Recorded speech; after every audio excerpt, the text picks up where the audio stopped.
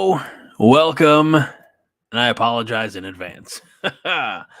I'm Greg Mahachko. I'm the only one here. Got notified this morning that Jon was not feeling great. I don't want to get into the specifics. Just he's like, man, I don't think I'm gonna be able to go. So I tried to round up a bunch of merry misfits. Everybody's busy. Everybody's got kids. I got kids, but they're all in bed. Hopefully, should be joined at some point tonight by Beth. We're just going to talk a little bit of volleyball.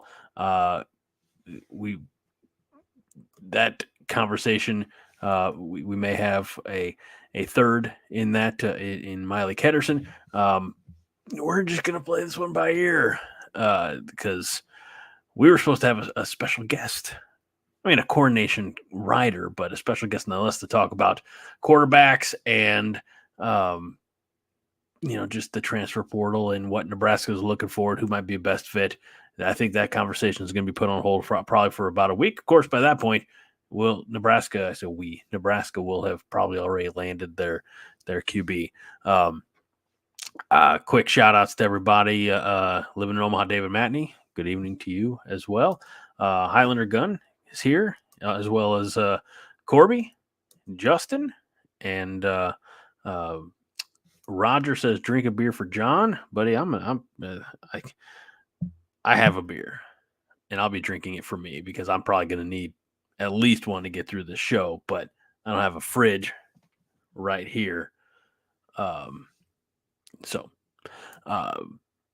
let's see here. Some love for Double J, our founder and fearless leader, John Dam Johnston.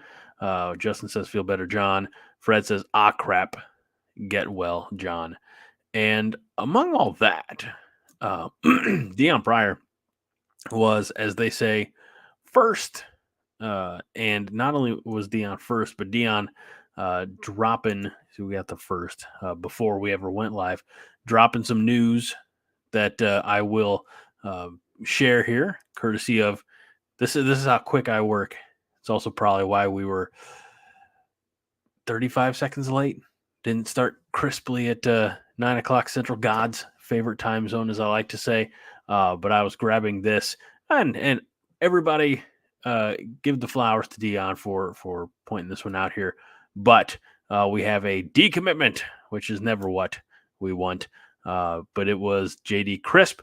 Says, first and foremost, I want to thank God for putting me in a position I'm in today. I would also like to thank Nebraska and the coaching staff for taking an opportunity on me, and lastly, my parents for their unwavering support. But I've made the tough decision to decommit from the University of Nebraska and open my recruitment process. Now, JD Crisp is, as Deion shares with us, Deion's on the ball tonight. Deion says, Crisp, a 3-star Texas wide receiver. Does this cause, I guess let's kind of jump into this. I didn't know this is where we were going to start the show, but here we are nonetheless. Is this great cause for concern for me? That didn't mean to pop up. I'm going to say no. And not to say that JD Crisp won't have a tremendous career. You never know. Maybe he still lands in Lincoln. I think statistics probably show that. I say this with zero knowledge of where even to find these statistics. But as we all know, 67% of statistics on the internet are made up. So I'm not going to get into specifics, but I'm pretty sure that the overwhelming majority of players who decommit from a school probably aren't going to commit back to that school. I don't think that happens too often. They see greener pastures somewhere else, or as I think we saw earlier in maybe just in the last few weeks, there was a player probably also from Texas who decommitted from Nebraska, but largely I think because Nebraska moved on from him, and that might be the case here. We don't know. We're not privy to those conversations. Maybe the rivals or 247 or On3 or not Huddle people are. But that's not something that I have any inklings towards. So I can't speculate one way or the other. All we know is that, at least for now, based on that tweet from about an hour ago, JD Crisp does not look like he's going to be a Nebraska Corn Husker. So Dion says, I need a stiff drink. I went back to probably one of my favorite seasonals. Maybe I talked about this last week. I've just got the old Shiner Holiday Cheer.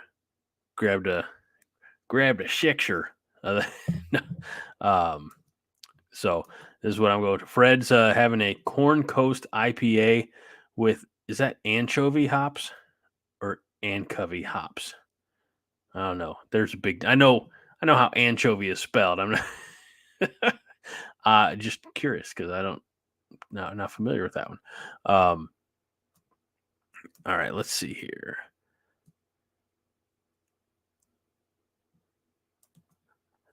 Fred says, yeah, that's not a bad point here. Fred's comment, they all thank God or cite him for decommitting. But at the same time, they also thank him for, was it like, I don't say hashtag blessed, but they also do, send some sort of appreciative mention to the deity of their choosing when they receive an offer or when they do commit to a school. So I don't butt heads with that. Let's see here. Tiger Shark Diver says, has anyone here rode a Clydesdale? I've not, but I do live close to St. Louis, home of Anheuser-Busch and the famous, world famous Anheuser Clydesdales. And I'll say this, I have seen them in person. If you're ever in St. Louis, you can go on a brewery tour of Anheuser-Busch. You get some like free beer at the end. It's fine for Anheuser-Busch products, I suppose, but it's free. I mean, the tour is not free, but the beer is free at the end. If you're ever in St. Louis and you want to do a brewery tour, I would recommend Schlafly.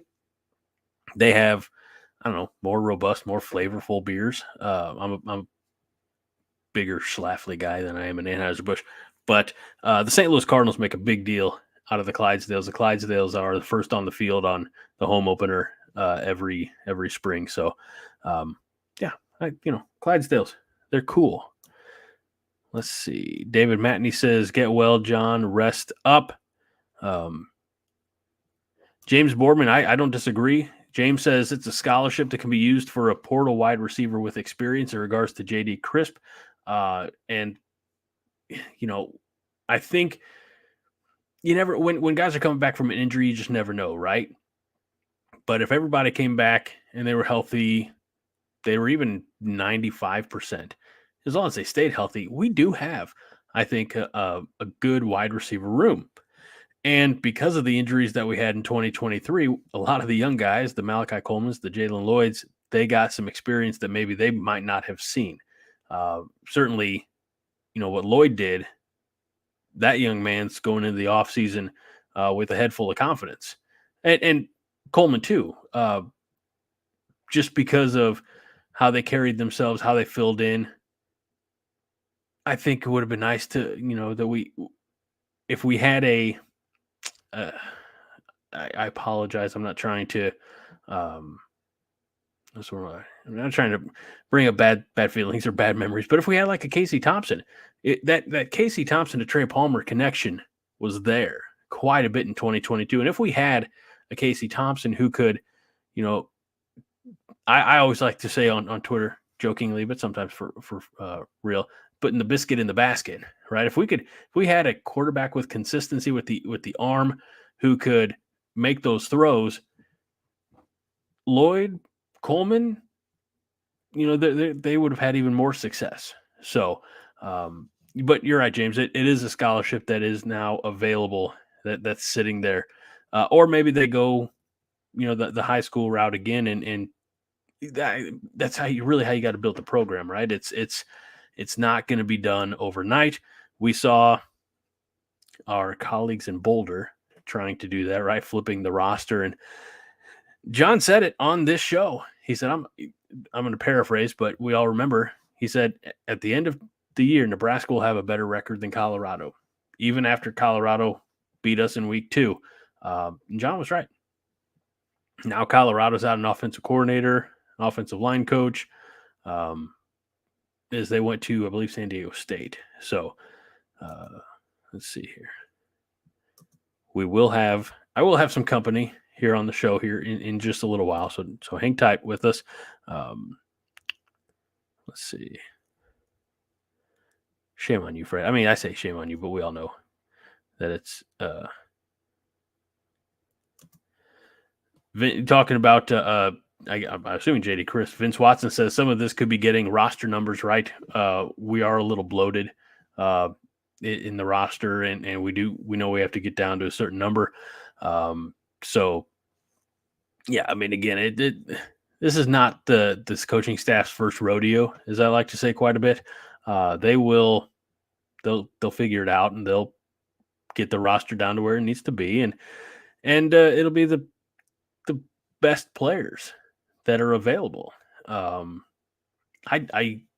say what you want about how 2023 ended, losing 4 straight, but I still have confidence in this coaching staff that this is, Matt Rule's the guy. I believe that, he's going to be the one to, not just get us back to a bowl game, but get us back to conference relevance. I mean, we can't talk about being nationally relevant until and it's going to be different, of course, going forward with the addition of all the Pac-12 schools. So we can't say top of the division, but I think going forward with Matt Rule, I mean, again, it's in, I say black and white, but it's black and yellow because of the color paper. But I'm the crazy guy who said 15-0, right? A lot of that's for entertainment value, folks. But I do believe this team is heading in the right direction, and I do believe that within the next couple of years, Matt Rule will have Nebraska in the top quarter of the conference. That's saying something, because right now it's Michigan, Penn State, Ohio State, at the top. But now you're going to be adding Washington, Oregon, USC. I don't know if we can put UCLA necessarily there yet, but they've had more success recently than Nebraska. So say what you want. We are going to put a pin in some of this football talk, and we're going to welcome in much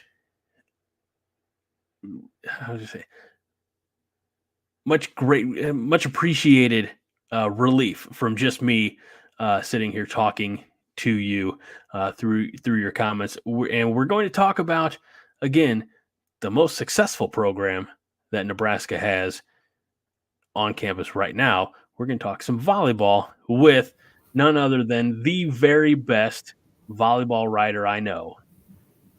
I mean, it's a small sample size, but I just know that there's nobody that covers volleyball quite like our very own Beth. Beth, welcome back. It's been a couple of weeks, but how's everything been? It's been really good. It's the Christmas season and the volleyball season, and Nebraska's winning, and that makes everything just fine. Nebraska is winning, except last time we talked was right before Thanksgiving. Black Friday didn't quite go Nebraska's way with that loss to Wisconsin. Not to say we expected it, but we would understand, if you're going to lose to Wisconsin, lose when you already have the Big Ten, conference, regular season conference championship wrapped up. Let them have that one, because especially how the brackets shook out, they're on the other side. It could be Nebraska, Wisconsin, the third chapter, and you don't want them chomping at the bit to, after having lost both regular season matchups. Right. It's tough to beat a good team 3 times. And really nothing changed with that loss to Wisconsin. There's some undefeated season went out the window. tell me what that really means. It means something, but the championship is still in sight. The Big Ten championship still happened. And then there's the theoretical things. So in theory, some pressure was relieved from the shoulders of the Nebraska volleyball players. They played a lot freer that next night against Minnesota. They really played well that night. And like you said, because of that win, Wisconsin secured a number 1 seed in the tournament. They were, by the tournament committee, seeded the 3rd number 1. So Nebraska was the number one. Stanford, Wisconsin, and then Pitt was the 4th number 1. And so they're on the other side. That's great.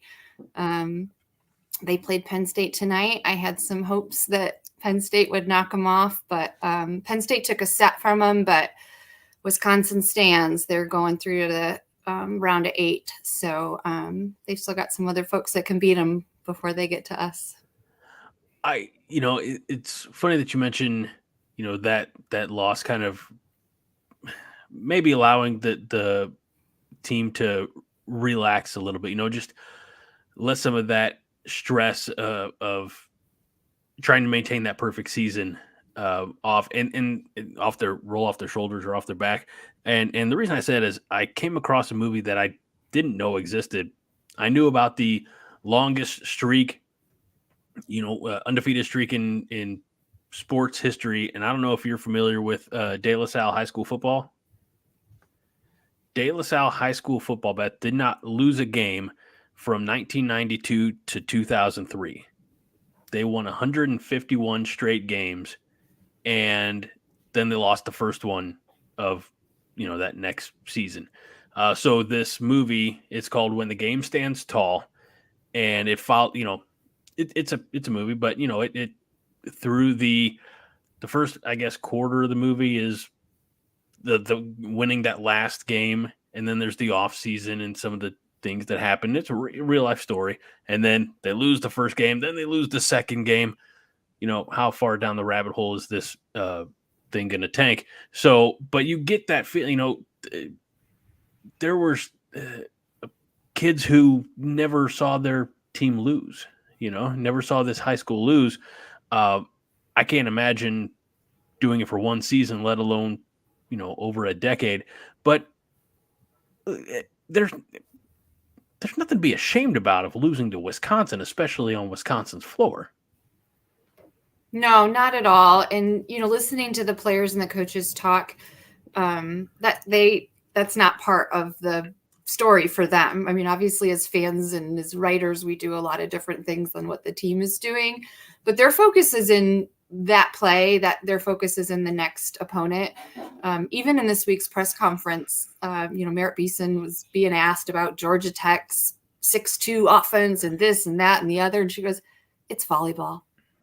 We do it every day. She's like, it's not that complicated. We play volleyball for hours every day, and we're going to do it again tomorrow. And, the Georgia Tech match that they played today. And she's like, it's volleyball. And if we do what we need to do, it doesn't really matter what they do. And that probably is different against Wisconsin, and it will matter what Wisconsin can do. But it's volleyball. They do it every day. They're very focused on the minute and the play in front of them. And that's exactly what you need to be focused on. Not the other stuff that happens in the NCAA tournament, not the stuff that I'm going to write about or someone else is going to talk about. It's about the play in front of you, the opponent in front of you. And so Wisconsin is not on their mind right now is my beat. I believe that. It's, up to today it was Georgia Tech, and, now it's, I don't even know who they play next. They'll have Arkansas next. So okay. Arkansas was the 3 seed in this corner, and they upset Kentucky tonight. That was a 5-set match. And Arkansas looks really good. I didn't see a lot of them in the regular season, but they've got some real gutsy players, a real undersized outside hitter, and she comes after you, she really is tenacious. And so I'm excited to see that. A smaller outside hitter. I think she's 5'8". And she just hits the ball a ton. She's got fire. So it'll be interesting to watch a very different team Kentucky is a established volleyball program with some regular ways of being good. They run a nice slide. They've got a powerful outside hitter. They've got a very well-skilled setter. Arkansas does some things just slightly differently. And, just like Georgia Tech or the undersized teams of the beginning rounds, Arkansas is going to be a different type of matchup. So I'm excited to see that. They play again on Saturday at home. Nebraska's at home for this. This is the last match that can be at home before they travel to Florida for the Final Four after they beat Arkansas. Right. Real quick, when you came in, I promised everybody, usually John's here and he helps, but I'm looking at all the comments, so I'm very far behind, especially when it's just me. I can't look. Anyway. So David says, welcome, Beth.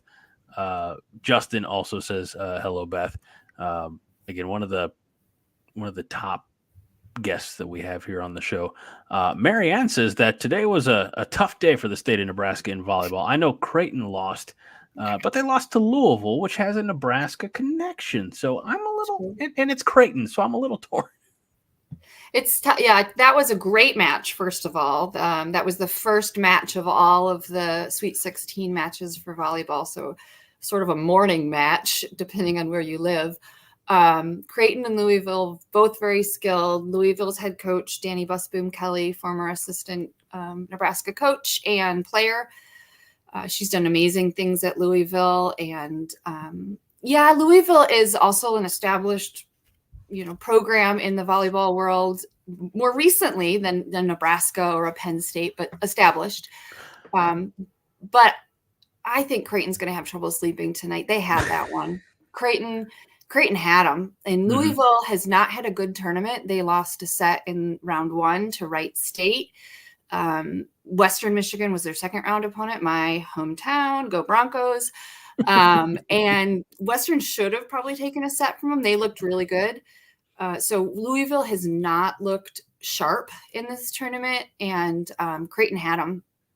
Made some very uncharacteristic mistakes in set 5, and set 5 is only 15 points. You don't have room for any errors, but when you do make errors, they need to be ones that press the other team, really make them do something to earn that point. And Creighton just had a few errors that you go, what are you doing? And I think they're gonna, they'll do what they do, they'll compete, they'll figure out how to be better from this, but they had Louisville. And so that is a tough one. I agree. A loss for Creighton there is tough. Much like Nebraska football for the last 4 games, is they let them off the hook. That's how it felt. It really felt. Well, you mentioned Kentucky volleyball. And so I was going to ask, what's the better volleyball program in that state? Is it the team from Lexington or the team from Louisville? Well, I think they're going to decide that, right? Well, not this year. That's Pitt. I mix up those blue teams. They're going to play Pitt next. Louisville will play Pitt next. I don't know. Did they play this year? I don't know the answer to that. Maybe a fan watching can answer that for us. You're putting this an awful year, lot of the faith. answer to that for me is probably Kentucky. But last year or the year before that is Louisville. Kentucky is probably the better team this year, but we won't get to answer that. Kentucky's going home. Right. I'm looking real quick just to see. I mean, in that stat alone, Louisville's in the final 8 and Kentucky's not. So, but yeah, if I had to play an imaginary match between Louisville and Kentucky, I think I'd pick Kentucky. Wait a minute. They did meet this year. Oh, good. Let's answer it. Louisville swept them. Back in September. See, I knew that. I knew that. I knew you knew that. So interesting comment here from Dion, and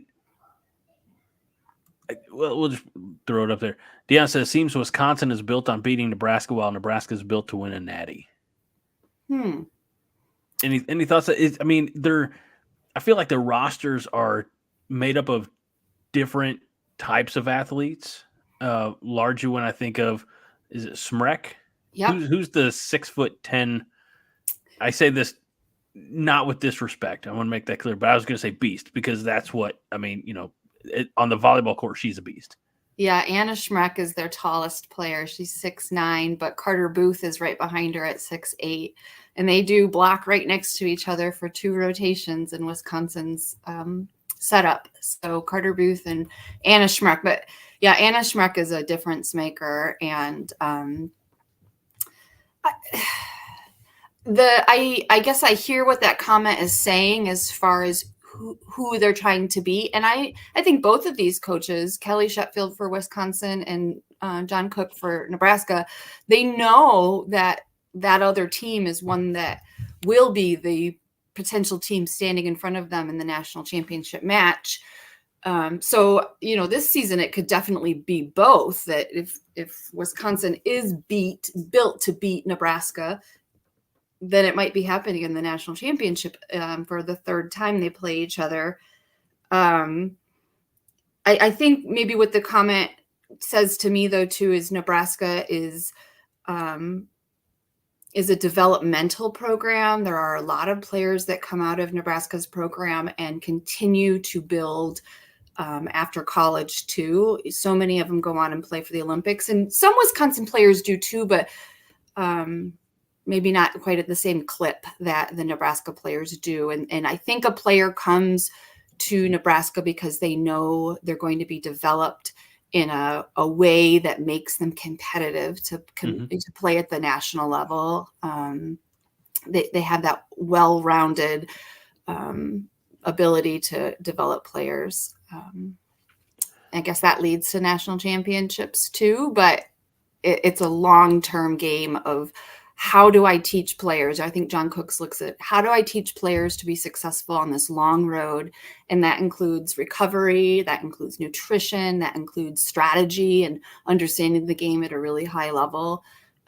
It's not just like playing in college and winning in college. It's a long road in front of them if they want to play national and Olympic level.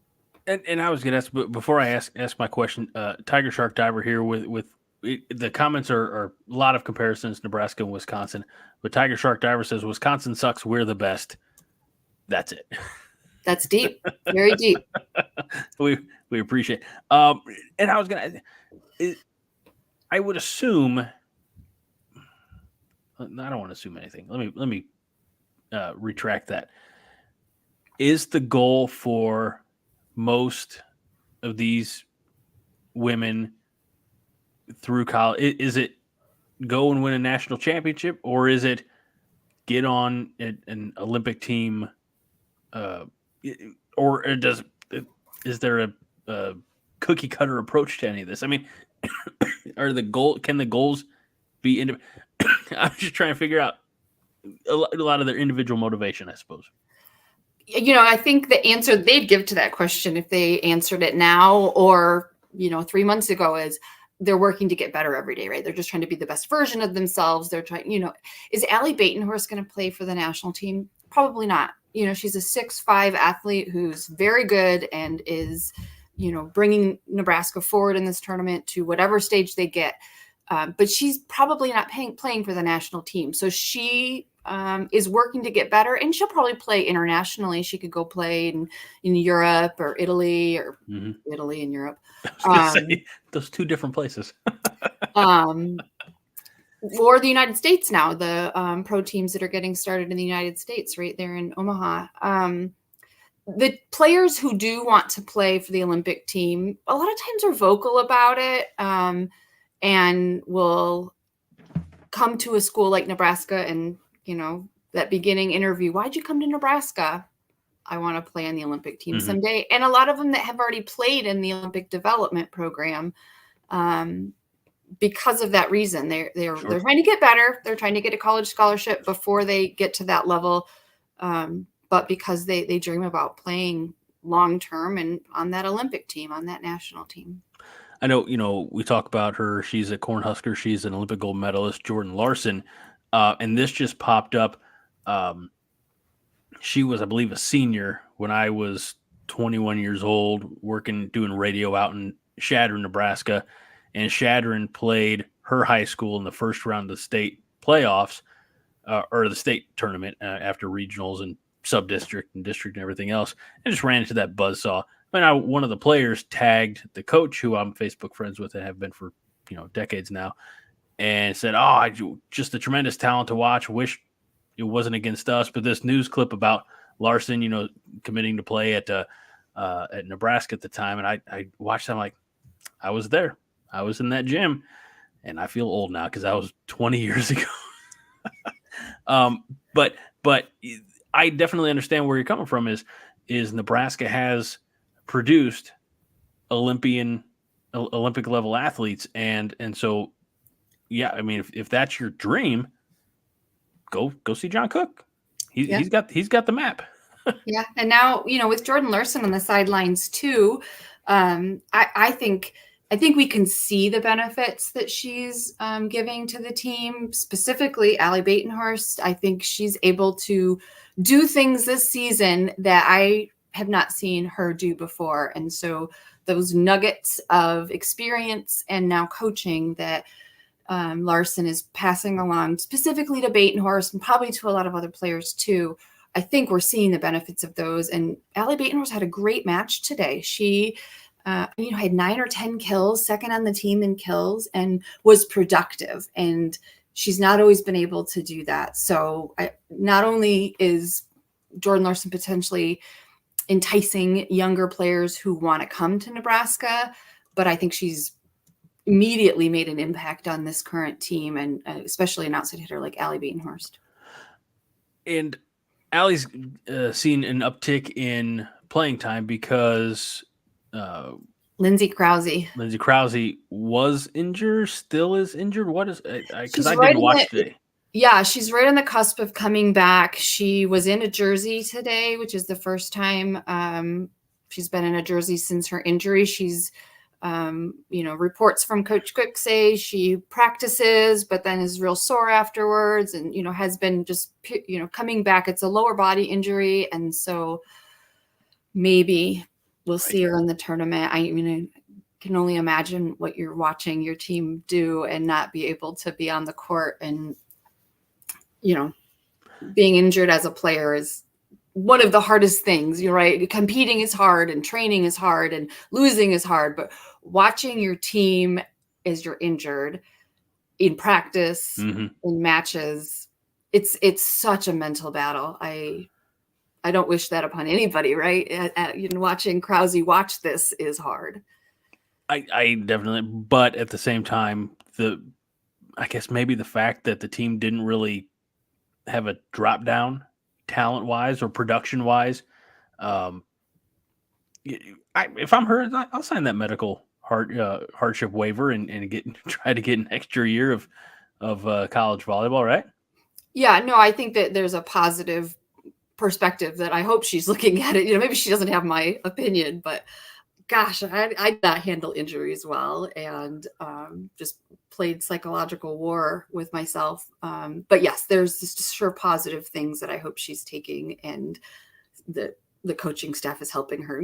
Maybe Jordan Larson again is helping her through the process of whatever could be positive coming out of here. And yes, the team really did not miss a beat. Allie Batenhorst stepped into the shoes that Krause had at that point when she got injured. Krause, it looked like, had solidified for however amount of time a position that she was going to play that second outside position. Injury happens, and Batenhorst picked it up and said, "Here I go." And they have not missed a beat. Right. That, they didn't lose any games because Krause was out. She probably could have helped in the Wisconsin match that they did lose, but that's debatable. They didn't lose because Krause was out. Sure.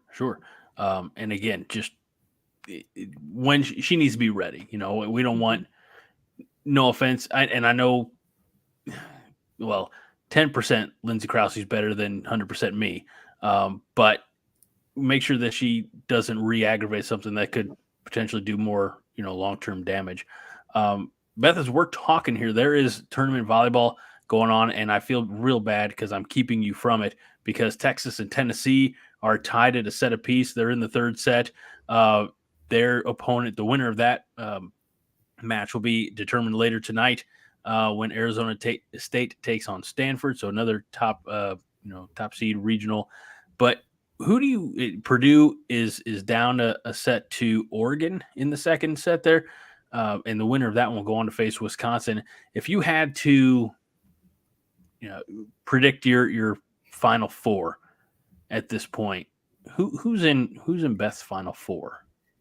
Yeah, well, I picked a bracket to start off with, and my bracket to start off with, which it's different now. So I had Nebraska, Louisville, Wisconsin, and Stanford.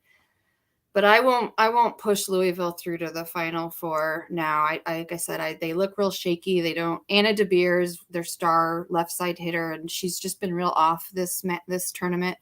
So I would take Pitt. Well, that's all the number 1 seeds. That's no fun. All right, I'll jazz it up a minute here. Nebraska versus Pitt on the left side. And I think Purdue's going to come back against Oregon. That, when I go and watch the matches that are active right now, I'm going to watch Purdue, Oregon first, because both those teams are they're fast, they're dynamic. Those hitters hit real hard. I like that match.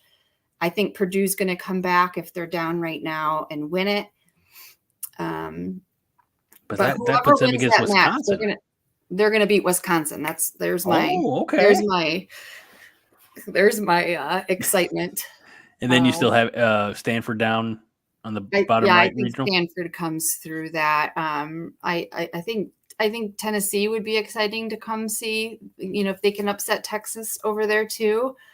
I like to shake up the volleyball world a little bit. You've got these pillars standing and the concrete. Let's knock one of those pillars out. Come on, Tennessee. And I don't know who that pillar would be between Purdue and Oregon. Probably Oregon is the more historical volleyball school. So get Purdue through there. They're a Big Ten school, but they haven't had huge successes. They don't have a national championship at Purdue. So.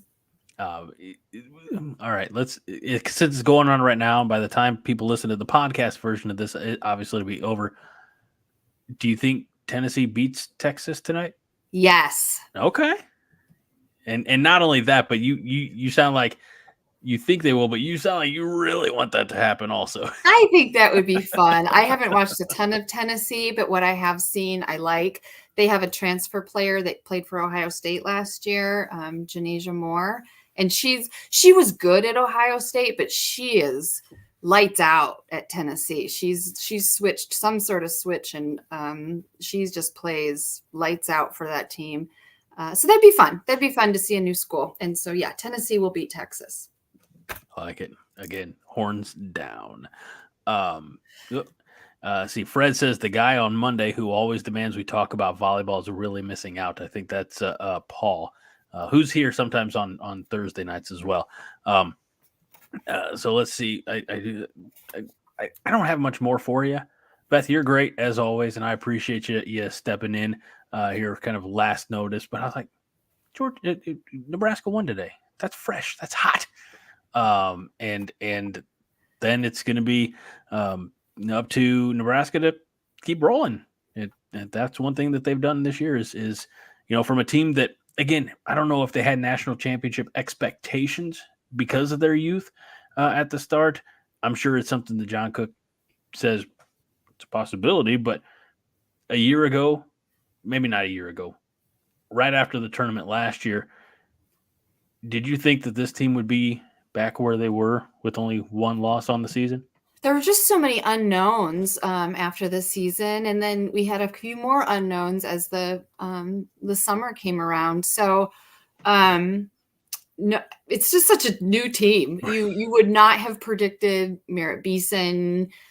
We had an idea that Harper Murray was as good as she is. And we didn't know who would set. We were still talking about who was setting as the fall season came underway here, Kennedy Orr or Bergen Riley. And so, no, I don't think we had any idea how good this team would be, could be.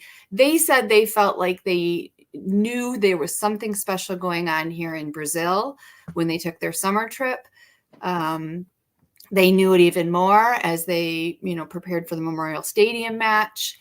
And they just saw pieces really falling into place as they started the fall season. Jalen Reyes talked on the radio show the other day when they beat Stanford at Stanford in September or in August. He said, I really felt like we have something here. We're bigger and better than we thought we would be this soon with this group. That win on the road at Stanford, that seems like eons ago at this point. I remember watching that, and it just seems like it's hard to believe that was the same season that we're still, we're finally in tournament time for. James says those freshmen came in and took control. What do you think about the statistic, or not the report, I guess, that after today, Nebraska volleyball set a record for like the first women's NCAA program to have season attendance over 250,000. Obviously, with the Volleyball Day at Nebraska, a big reason why. But not only does it help when you're successful, but Nebraskans love their volleyball. Yeah, without fail, every team that has come into the Devaney Center in their post-game, in their pre-game interviews, they talk about what an opportunity it is to play in this atmosphere. Georgia Tech came in and said it. Long Island came in. They all feel like this is a gift to be able to come to Nebraska and play in front of fans who appreciate the game they play. And the coaches have talked about how Nebraska is a leader in the volleyball world and is opening doors for other programs, for other players. It's amazing to hear the perspective that these teams are bringing to what Nebraska has done as a program and what it's doing every time Nebraska steps on the court. Those fans are appreciating the sport in front of them. And of course they love their Huskers, but they love the game, right? They're coming to cheer on the game. I got to go to the Missouri match, and I was a kid at Christmas. It was wonderful. I just wanted to lose my head. I was so happy watching the joy of volleyball and people around me loving it just as much. When you're watching Nebraska volleyball, it's really a work of art, because you're watching a group of people doing something at the very highest level they could be. I mean, yeah, we could talk about the Olympics. As we know, there have been Nebraskans who've gone on to the Olympics, and we could talk about playing internationally, but I just, stateside at least, they are Rembrandts of their craft. So.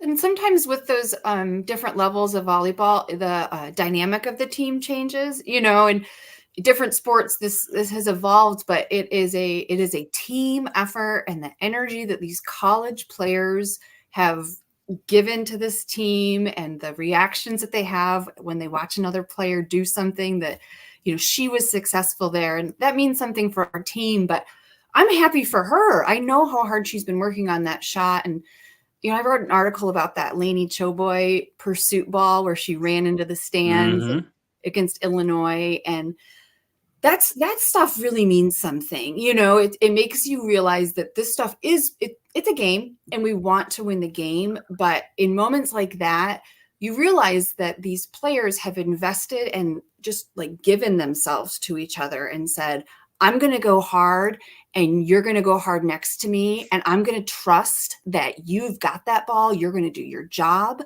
and I'm going to do my job. And there's no looking back. And when you give yourself like that to something, it's bigger. It becomes bigger than a game. You are doing something more, and you've opened up the door for all the things we just talked about, for younger players to see volleyball on a really high level, on a big stage, for broadcasters to turn their head and go, wait a minute, what's going on over there? Should we put more volleyball on TV? You open the door for excitement, for the love of a game. And that stuff gets me fired up. Well, and going back to that particular play, and we didn't mention it last time you were on, but it would have been so easy for Laney to just not go after that one. You're like, you know what, we're good enough. We can get that point back. We can get serve back, etc. But that's not this team's mentality. This team's mentality, I feel, is kind of cutthroat. Like, if we got the shot, we're going to take you out. And kind of going back to what you said, it's we're not doing it for ourselves. We're not doing it to be Sports Center top, play of the day, whatever. It's we're doing it for each other. We're carrying a little extra so that somebody's burden is a little less, I feel. Yeah, Lainey going to get that ball was amazing. And so she got up and she got to full speed and she pursued that ball knowing she could get to it. But the part that turned my head was the whole team followed her because they knew she could get that ball. They all knew she could. And so they went with her. And that play ended on a Harper Murray block. And it was a great block. She does a lot of good blocking. But on that play, she knew what Lainey had done could change the course of that match. I think we'd already won 2 sets. They were going to beat Illinois. But that play added momentum. That play changed the way Harper Murray got up for that next ball. She made a better block, a more precise move. She extended her arms over the net just a centimeter more because her teammate had given so much on the, 5 seconds earlier. And that, that's trust, that's belief, that's a desire to win. And you're right, we're going to win, but we're going to win this point. Right, this point is the one we're going to win right now. If Haas were here, he'd mention, the football movie Any Given Sunday, the speech in there that says, life like football is a game of inches, and because of Lainey Choboy's efforts, Harper Murray maybe gave a little bit more, had a little bit more desire to go win that point for the team, so that her efforts were not in vain. And again, it's sports the way it should be. Everybody, I'm not going to say rowing the boat the same direction because no, but everybody pulling in the same direction, everybody pulling for one another. And like I said, it's a thing to watch. I've watched more volleyball in the last couple of years because of what Nebraska is doing. And because of your analysis, it's always tremendous. And what I like about your analysis in your articles is, in football, we tend to like crap on the other team. We don't see that from a Beth article. It's a lot more positive. We appreciate that. All that being said, and I'm going to let you go. I know there's a lot of volleyball you want to watch, but before I let you go, Tiger Shark Diver, maybe the quote of the night, and it's for you, and then we're going to let you go. He says, "Beth, you are a true gangster." Thank you. You got to say thank you to that, right? I don't know what that means.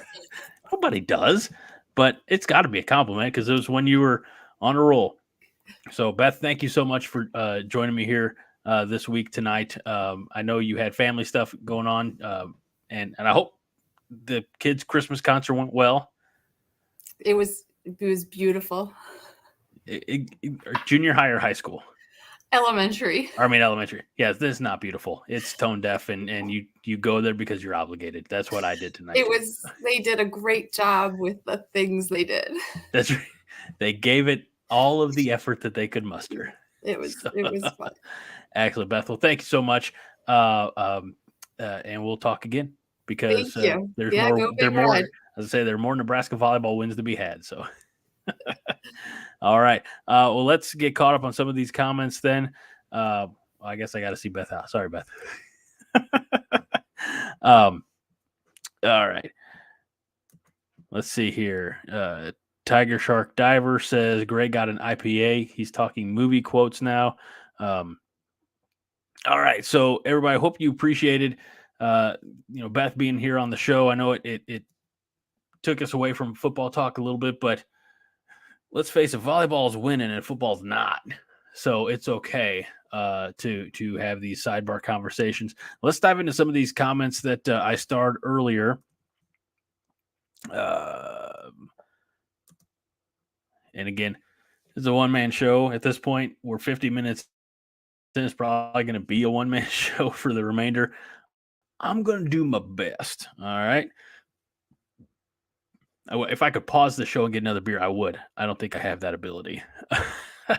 um, all right. So this is, let's start here. David Matney, living in Omaha, by the way. David Matney says, did anyone hear Casey Thompson's doing a waiver for his 7th year? I had heard that. More power to him. I mean, we mentioned Casey Thompson and that Trey Palmer connection, and Trey Palmer's now doing good things. I haven't followed up week by week, but he's catching touchdown passes on Sundays. I go back to that biscuit in a basket with their connection. Casey Thompson's, David Matt. So Casey left because we brought in Jeff Sims. Matt Rule brought in Jeff Sims, thinking that he needed a different quarterback. So to that end, I'm going to pull up another living in Omaha David Matney comment here. It says, if we would have had a serviceable quarterback, what would have been our record? And for that, I'll say Casey Thompson could have, and argument could be made, should have been that serviceable quarterback. I wish he didn't get hurt at the end of last year because he didn't get the spring. He didn't get the spring with Coach Rule, Coach Chatterfield, with this new staff. And I think that eventually played, into his I guess, untimely demise. But if we had Casey Thompson, instead of going 5-7, I think we're at least getting a bowl game, right? Because don't hold me to stats, because I don't have any in front of me. But I don't think he gave the ball away 30 times, like the quarterbacks that we had this year. I don't know. I think that there's in an alternate universe, parallel universe, if Casey Thompson's here, even with the injuries that we sustained, I think he finds Malachi Coleman. I think he finds Jalen Lloyd a few more times. Maybe has some more on the money passes to a Thomas Fidone. We had a lot of run production from quarterback legs, and I always hate to see it. I hate to see. I'm like everybody else, right? I hate to see it until I see it. When Heinrich Harburg's going down the middle of the field, not quite as fast as some other players, but just fast enough to have a 40-yard touchdown. Or Chubba Purdy had a couple nice runs. But I always hate it, and I never want the quarterback to be the number one rusher, or as far as as far as yardage is concerned. That's not their job. Their job is to distribute the football, not carry the football. That being said, if Casey Thompson was here, maybe instead of 5-7, we're 7-5. Maybe sniff a little bit better. But that would be if we had a stable, reliable, top-notch quarterback. Maybe if we're dreaming, right? It's Christmas. You can ask for whatever you want from Santa Claus. We could have been 9-3. We could have been, realistically, if we had a great quarterback, 11-1, with that loss being to Michigan. I mean, so many. I'm not going to fall into the trope of saying, we lost so many games we could have won. I mean, point blank. Look at the last 4 games. Look at Minnesota. If things go different in Boulder, that's a win, right? The only one that probably from the get-go was ever actually not in doubt was Michigan. So with a great quarterback, yeah, why not? Let's see here. Let's see. Tiger Shark Diver says, I was out of the country. Did Fidone make any list for awards? Fred Sacco says Fedoni was a finalist for best drop passes over the middle. Both Princes, Vince Watson wants to know, will both Princes be Huskers next year? I don't see Prince Will going anywhere. The rush end. And then this is me. This is where smarter people than me usually sit on the show and answer these high-level questions. I don't know which other Prince you're talking about, Vince. Vince Prince. I can make a bad rhyme, but I don't know. We'll say yes, because why not, right? All right, let's see here. Oh, JD Crisp still kind of getting mentioned, or at least referenced in the comments. This was earlier. This was before Beth came on. Deion Pryor says, to prepare for a big-time portal quarterback, we have to upgrade our wide receivers, and he wasn't it, meaning a freshman, three-star freshman, or three-star recruit from Texas. So that's on, what is it? On the nose, right? Let's see here. His brother, Florida NFL player. Oh, why not, right? Yeah, let's get all the Princes. Prince Harry, too. Or Willie. Which one's the one who's got his head on straight?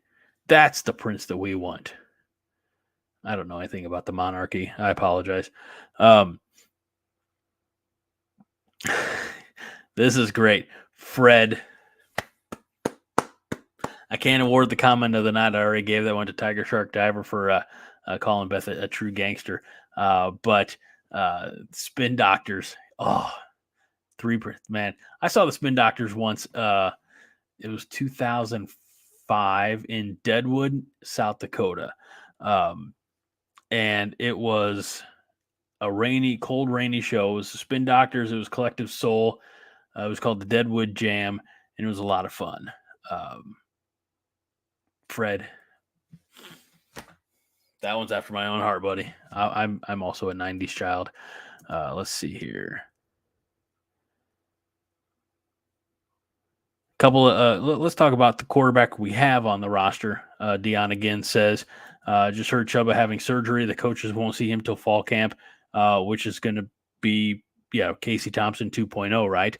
You know what? Yeah, I'll say this. The difference maybe between this situation and last year is they saw Chubba Purdy in their system for a couple of games.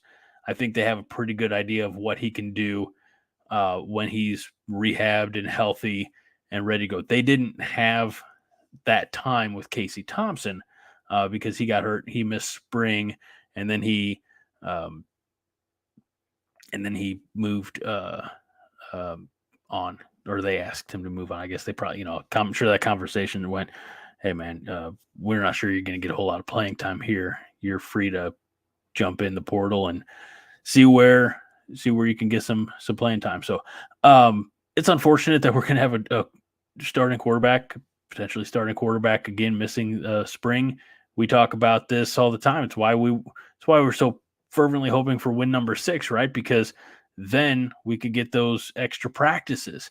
And now Chubba Purdy, we see he's not going to get those opportunities in the spring. Minnie says, I think KCT's dad was involved in his decision to move. Probably. He was a Boomer Sooner. So they joked about that quite a bit on commentary in 2022. At the end of the day, I think as much as it pains me to say, and it hurts Nebraska or hurt Nebraska, Casey Thompson made a move that he felt was best for him. And of course he got hurt as well. His stats didn't, I don't think his stats reflected his capability. But that's what we run into on occasion. Let's see here. So we got that one. A couple here. Let's talk about the transfer portal. Joel Tilson says, good chance we get Washington State's quarterback. Brett says, who do I think we should go after for transfer QB. I don't know anything, and I want to preface everything else that you're about to hear on this show by saying I know nothing. However, this isn't news. I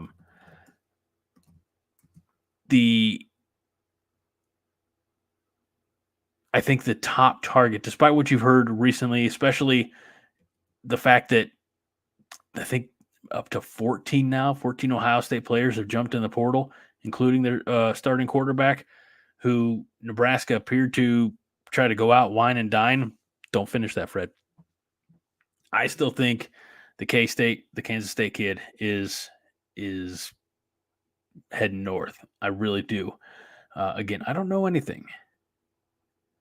I just have a strong inkling that I believe Will Howard, right? Is that, I want to say that's, yeah, Will Howard.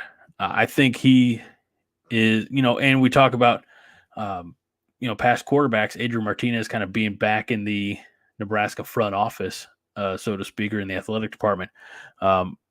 Will Howard, I would say, is probably most likely, if I'm being honest. Again, there's the Adrian Martinez connection. I had read a report that the Ohio State kid, he said, if I go into the Big Ten, I'm not going to a inferior team. Like, you're Ohio State. There's only one team above you, and I don't think you're going to Michigan unless you want to be burned alive next time you step foot in Columbus. I just don't think those transfers go over very well. So I would say probably Will Howard would be he would be top on my list. Tiger Shark Diver says, wish Uncle Rico had eligibility. I'm going to say this, and this is going to be a hot take. This might be the hottest take of my time here on Five Heart Podcast, which now is about 7 years strong, something like that. I think Napoleon Dynamite movie is overrated garbage. I'm sorry. I have a quirky sense of humor. That's too far even for me. I don't take away from those who appreciate it, and I understand most of the references. However, that's it. I could, if I never see Napoleon Dynamite again, it'll be too soon. My personal hell is watching Napoleon Dynamite with an Iowa fan. I don't want to do it. So, let's see.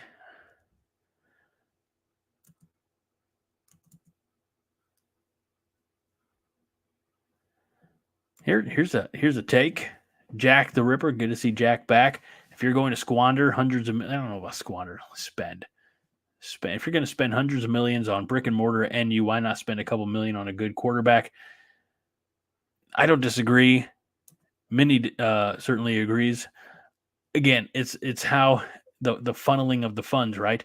Because the brick and mortar, like the stadium upgrades and things like that, are, athletic department, as well as, the capital campaigns and things like that. Whereas the nil money is funneled through the nil channels. So, yeah. Fred says, I mentioned Boulder once an hour ago, and I love the fact that these keep coming up. We have a Colorado question here, but Fred says, I'd laugh if Deion's toes went into the portal, landed in Lincoln. Rule would wear them on a necklace like a boss. That's what they used to do. They would. I'll get to that other one, Fred. They would wear the trophies, ears and things like that of their vanquished foes. Fred says, hey, everybody, donate to Greg to watch Napoleon Dynamite. No. See, here's the thing. I can, when John's here, I can put him in awkward situations, and I can say, hey, let's raise some money. Let's watch Young Guns.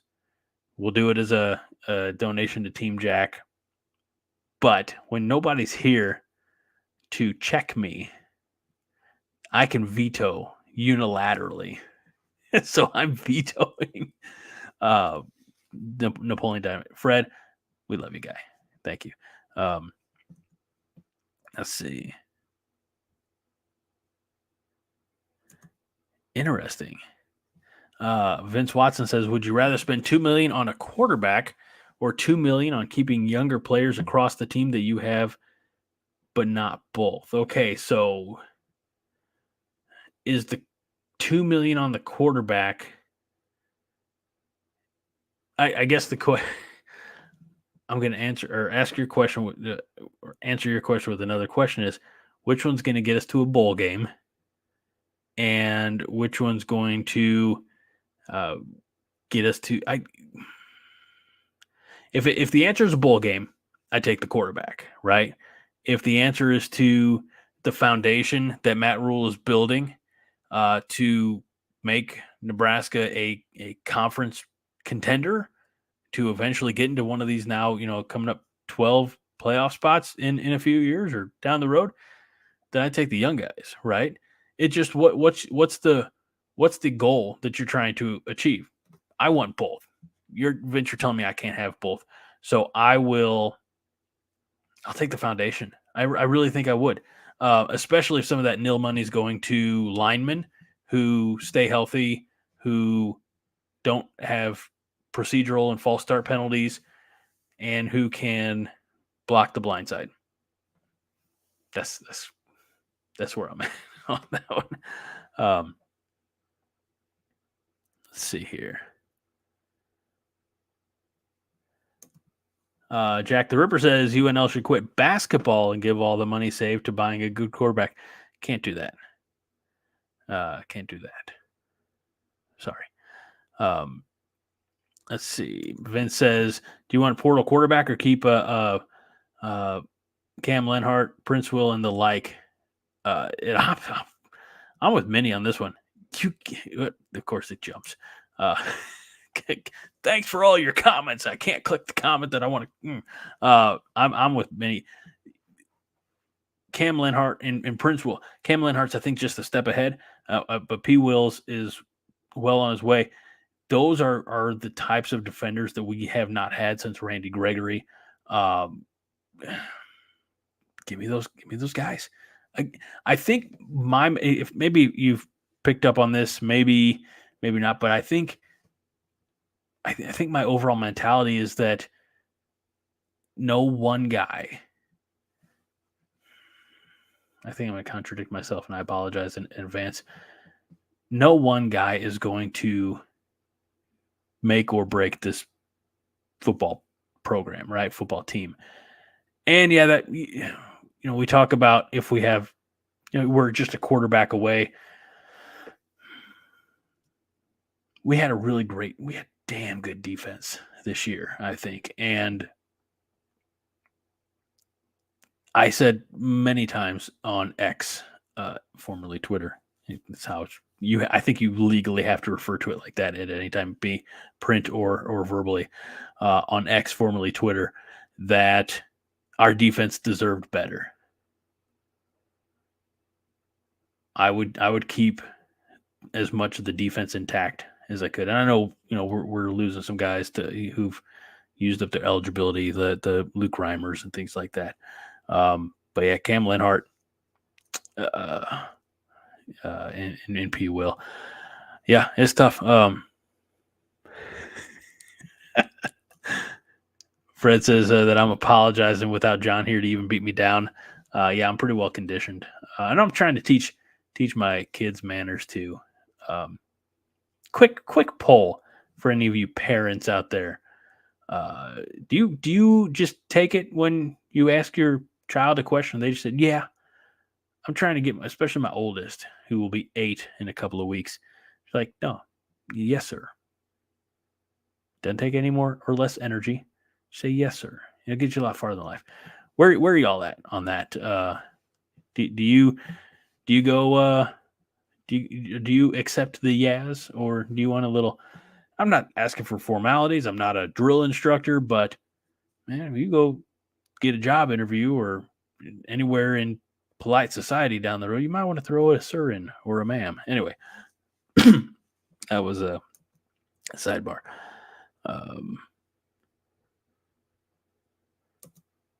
Let's see. Vince Watson says, my opinion is you keep the building blocks, even if it means going 6-6 with Chuba, Heinrich Harburg, and Kalen next year. I don't disagree.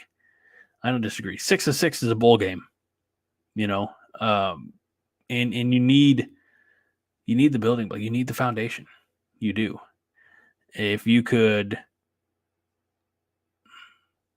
again, if you could have both, get both. But if you can only have one, keep the foundation, keep the building blocks.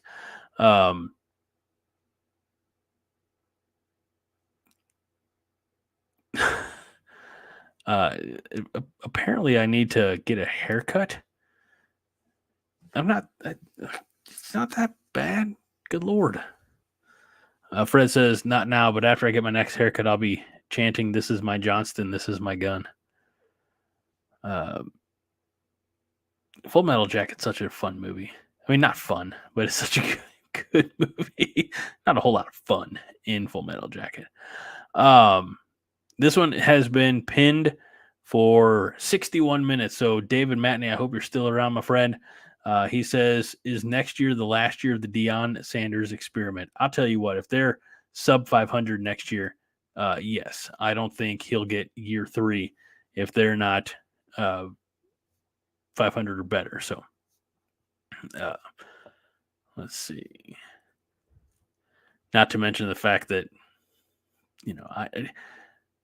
Shedeur, is he a junior?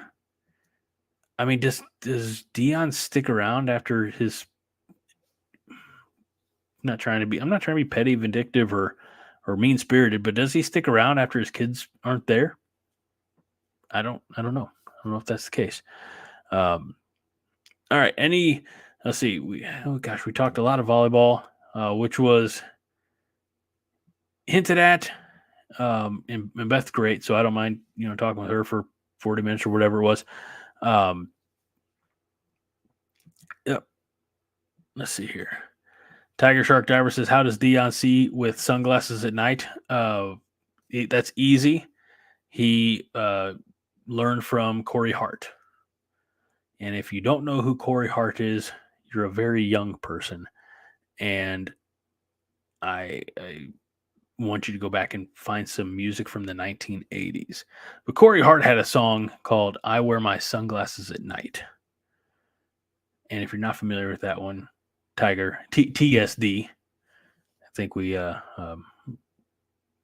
I go back and do that. So, all right, Minnie has a question on my, or a response on my quick poll here. And she says that please and thank you is acceptable. Okay. Well, all right. Don't switch a blade on a man in shades. Okay. I don't have anything else. Any other questions? We'll, that's right. Phil Spear, is saying that we're going to go for back-to-back, off-season national champs. I think we have our work cut out for us this year more so than last year, if I'm being honest.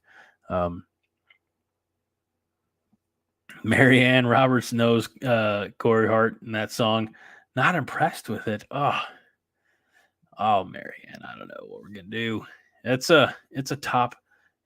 probably a top 50. This is how some people like assert themselves in various demographics. Corey Hart's Sunglasses at Night is a top 50 one-hit wonder of the 80s. What does that mean? It's the only song he had. It's not a top 10, but it's a top 50 from a particular decade. So that's basically just saying, well, great example. My mom has told me that I'm her favorite son. I'm also her only son, but I'm her favorite. So when you narrow down that microscope enough, you're going to see something positive I don't know. All right. Anything else? Any other quick questions that y'all can fire my way? We've been at this over an hour and 15 minutes now. Y'all are the best. I appreciate you sticking with me because my partner. Nope, nobody here. There's nobody here. Just me. Let's see. Minnie says, do we have any chance of landing one of these top quarterbacks with the running offense we put out there? I would almost think that it's beneficial, right? Because wouldn't that take some of the pressure off? They don't have to, throw the ball 45, 50 times a game. I would think our running game would be very complimentary. And I also know that Rule and Satterfield and the team at large, they ran an offense this year. We talked about this several times. They ran an offense this year based on the players that they had. They didn't try to, force a square peg in a round hole or round. Anyway, they didn't try to, get guys out of their comfort zone. They schemed with what they had. So if we have a top quarterback, maybe that offense looks a little bit different. When you have ICG, when you have a confident Jalen Lloyd, Malachi Coleman, when you have some of these other receivers back, maybe that looks completely different. I mean, we don't know. But I do think that maybe this is my bias. Probably it's 100% my bias. What am I talking about? But I think if I'm a top quarterback and I look at Nebraska, that we've said we're a quarterback away, which again contradicts what I said earlier about no one player is going to make or break this. But with the defense that we had, with some of the running game that we had, again all the injuries we had, etc. I do think that if you're serious and you have maybe if you have 1 year of eligibility, I could say, I don't know if I want to risk it at Nebraska. And I get that. But if you have a couple years of eligibility, why not? Because I think this coaching staff is smart enough to scheme to the strengths. So, long way, many of saying yes. I think so. Let's see here.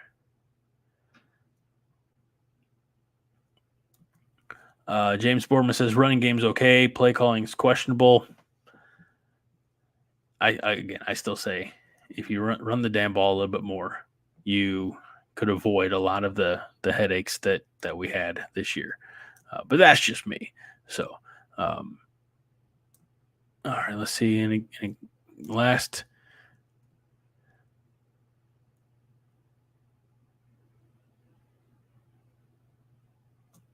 Vince also responding to Minnie said, I don't think so with the pieces around them. I think it's another building year and mercenaries could be the start of a bad culture. So, yeah, I mean, I'm at the point where I kind of see it always, we as fans, we have the luxury if we choose to step back, right? We can see the bigger picture. We can, I was never a star athlete.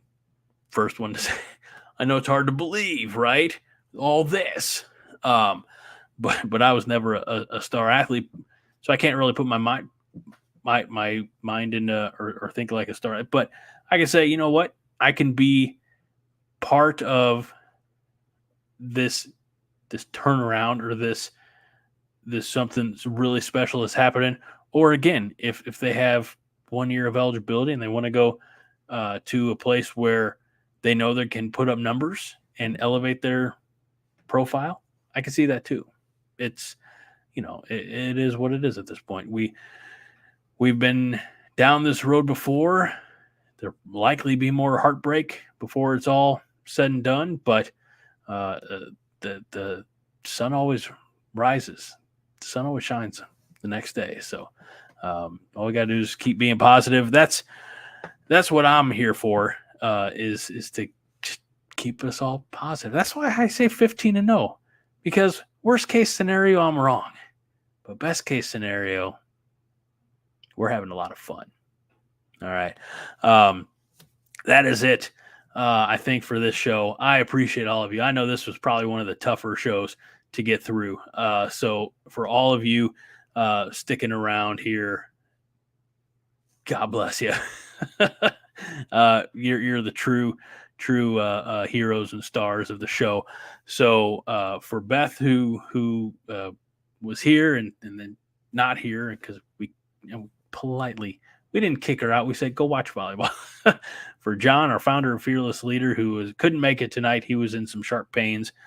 For the number of people that I asked, and they all turned me down. It's like prom season all over again for me in high school. Probably shouldn't have said that. Anyway, for all of us in CornNation, I'm Greg Mahoshka, the face that runs the place. I just wish it was a better face. So we remind each and every week, I get to do all parts of this now. That's crazy. All right. For myself, for all of us, we remind you each and every week that 5 heart is all the heart you need. Go Big Red, and good night.